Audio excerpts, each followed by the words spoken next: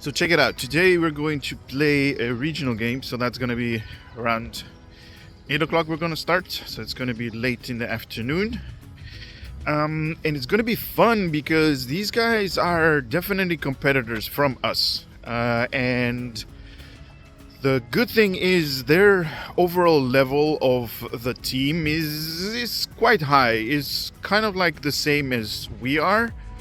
So in terms of points that we're going to score, we might be in a tie. We might win or we might lose. So it could go either way. And that has to do because these guys have been playing for a long time, just like the majority of our team members. We've been playing for a long time. They have been playing for a long time. So it could be interesting.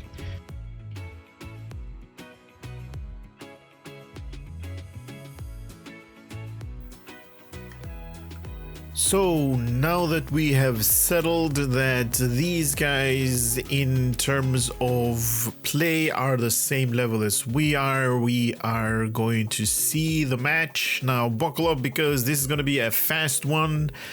As you guys see from the timestamp, this video is just about like 12 minutes, and this race is gonna go really fast. Now here we're going to go with the lag. Now as always, you guys are going to see me playing versus my opponent. Now I am choosing not to name my opponent. I'm going to name him like we normally do, him and me.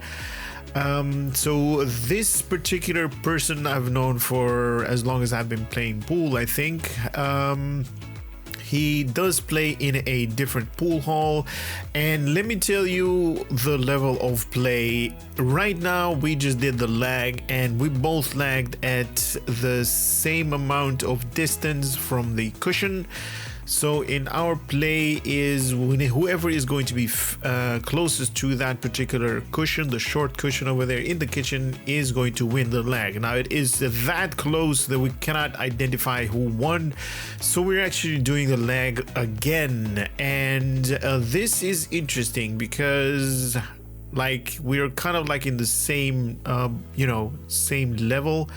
But then again, we're not. So it's kind of cool to see this. And as always, you guys are going to see me speed up the video a little bit, so there's not going to be any points of you guys getting bored, because I do know that you guys like the music, but you also need something visually to see. Now, as I said in the previous section, these guys are direct competitors from us. The majority of times that we played against these guys as a team in totality, in its whole, we've been playing like ties, so 3 points from them and 3 points from us. Now we're hoping with this particular day that we're going to break that cycle of playing 3 versus 3 the whole time, which is also good. It's not bad, but it's just, you kind of want to be over that part. So I'm going to give out my own thoughts during my matches, and hopefully you guys are going to enjoy that. Here we go with the break, the most important part of the match. Is there gonna be? Yes, there is. Over here at the end, something went in. I believe it was the 15. So I chose the solids. I think they're like a better position. Did not expect that to go that deep in the pocket, to be honest. Now, mind you that this particular game has been played, what is it, like 7 days from now or something like that? I don't really remember what I did, to be honest. I'm just watching the video and just commenting on the shots that I've been doing. Now, I do know that the majority of shots that I did was very good. Here we go. That's kind of the 8 ball, and boom! Goes in. So that's 1-0 for me right off the bat. My opponent did not come on the table because it was a break and run, as we say. Over there we see that the 14 went inside that corner pocket. Very nice, very good, as it should. Now I am speeding it up between shots. What I normally do is I take about 20 to 25 seconds on each time that I'm going to be playing. Now my opponent takes roughly the same, maybe just a little bit longer, but it's a fast-paced game. And I actually had to use a lot of sides on this particular shot. That's why I missed position and then missed the 8 ball, giving my opponent basically like an open table, so he should be running out, but I think does not manage to play very good position. I believe it is this one that he misses the positional play, so he's kind of like in between almost all of the 3 balls that are here. He does make a very good attempt to open the 3 ball. Here he is perfectly good, to be honest. There is no real mistake that he did. The only thing is, I think he was the table was a little bit not to his liking, because I think it was a little bit faster or slower, or the cushion didn't grab that much. But I think the table surprised him a little bit over there. So that's 2-0. Another break. I think this one was a dry one. Yes. So that means that my opponent comes to the table. He basically has a choice between stripes or solids. He takes the stripes, a very good choice, because they're basically sitting a little bit better than the solids. Now he goes through the rack here very cleanly. Very nice. And you can see that all of the balls that he's putting is like center pocket. He does not rattle the balls, so he does not use cushions or anything like that. They just go straight in. Well, that one didn't, but nobody would go like that. So he managed to pull back all the way inside that pocket, giving me ball in hand. And ball in hand with our current level is basically like, you know, a no-brainer. But then again, I do this, hit that cushion, that little nudge of like the center pocket. I really hate that. Even though that the middle pockets are a little bit bigger than the corner pockets. That's like on each table. Here I make the 3 ball, I believe it is. This one is the 4 ball down the rail very nicely. Over here I'm situated a little bit in between shots.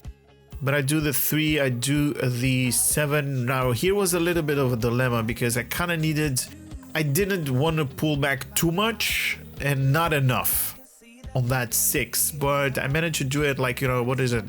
Bottom right spin to get me this particular position. So it was like all the way at the corner of the pocket, but it did go in. Here we have another ball that I made. I'm choosing these stripes. So it was a very good run, that previous part that I just did. Still on the stripes, making short work of all of the things that I need. Now right here I'm kind of forcing, I do remember this particular, I was forcing it because I needed to go have position on the 9 here. And I was forcing it a little bit on myself, making it much harder than it needed to be. So that's why I actually lost the pot over there. That's normally, I should have made that, because it was an easy shot. Here he actually nudges the 9 ball, but that's in his advantage, so that's actually a good thing. I wonder why he did this particular shot, because he's kind of snookered on that 7 ball right there. Did the white go in? What's happening? No, it's not. Okay. So it gives me a very long shot. Oh, I managed to not make that. Now I do apologize there, but when it turns out he actually saw the 7 ball, I think he needed to curve just a little bit with his cue ball. He didn't have, like, you know, the full 7 over there. That's why he made that bad position there. But he had a shot on the 8. He did not make it. He actually hit one of my balls. Here I should have been better on the position, but it goes cleanly inside, giving me room to see the 8 ball. Not so tough shot because the cushion is not even, or at least the 8 ball is not on the cushion, so it leaves me a very clean pot that I did. And again, I got dry break that there. So my opponent right here is taking solids. Very, very good choice because solids are very open. The stripes, you kind of need to open this particular stripe here where the 8 ball is situated, just under his arm. And I think he opens it up, not with this one, but with the next ball. I think with this one he opens the 8. Ooh, oh yeah, I remember this.